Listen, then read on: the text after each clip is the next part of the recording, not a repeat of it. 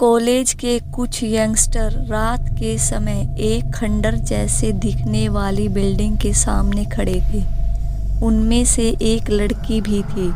लड़की ने डरते हुए कहा, देखो, हमें यहाँ से जाना चाहिए। तुम्हें नहीं पता क्या कि ये बिल्डिंग हॉन्टेड है?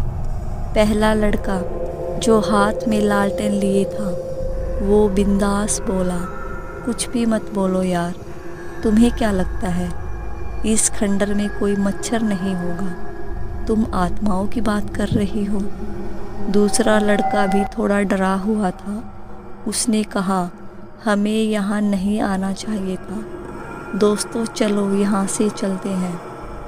पहला लड़का उन दोनों को अंदर ले जाकर कहा, हाँ चलो। दूसरा डर से, मैंने यहाँ नहीं कहा था।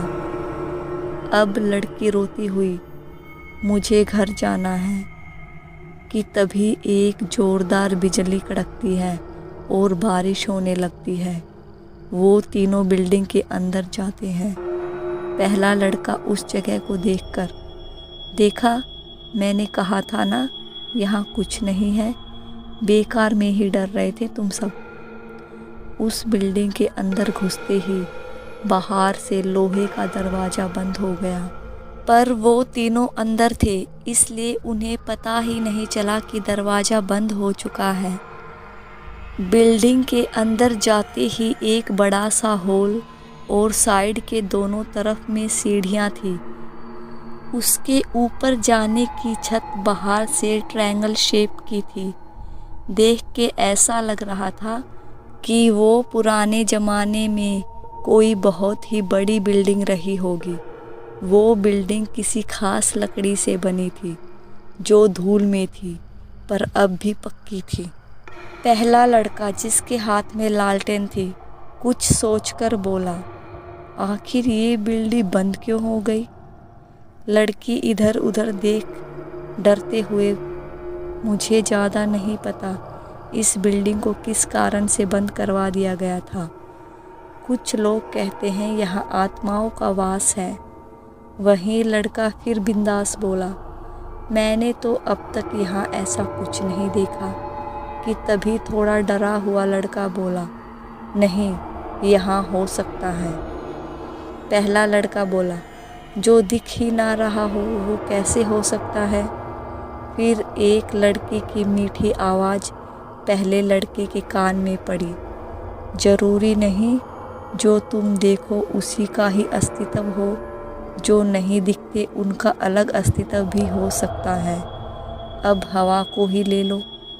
पहला लड़का डरी हुई लड़की को देखने लगा। डरी हुई लड़की ने कहा, मैंने कुछ नहीं कहा। पहला लड़का मुस्कुराकर, लगता है कोई हसीना भी यहाँ आई है। वैसे इतनी रात को तुम यहाँ क्या कर रही हो? वो मीठी आवाज़, मैं तो यहीं रहती हूँ, पर एक बार इसी कॉलेज में फेल हो गई थी, तो मैंने यहीं पर सुसाइड कर लिया। अब यहीं भटक रही हूँ। लड़की जो डरी थी और जो दूसरा लड़का थोड़ा डरा था, वो और भी डर चुके थे।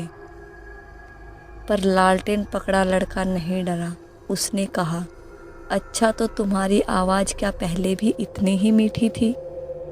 वहाँ से कोई जवाब नहीं आया तो लड़का बोला, अच्छा ये बताओ, तुमने सुसाइड कैसे किया?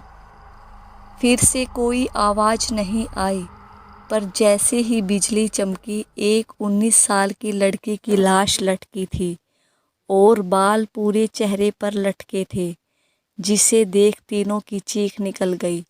तीनों भागने लगे, पर दरवाज़ा बंद था। जो पहले लड़का बिल्कुल भी नहीं डर रहा था, उसकी भी चीख पूरे बिल्डिंग में गूंजी। उस लाश की मुंडी हिली, उनको देखा और मुस्कुरा दी। उसकी बॉडी पूरी सफ़ेद और सूट पहने थी। फिर न जाने कौन कौन सी आत्माएं आने लगी, पर उन कुछ आत्माओं को तो उन तीनों को देखने में कोई इंटरेस्ट नहीं था, तो वो उन्हें देख सीधा चल दी और कुछ उन्हें घेर रही थी। आखिर में तीनों के गले पर चाकू से वार हुआ और वो वहीं पर मर गए और रह गई थी तो सिर्फ उनकी चीख।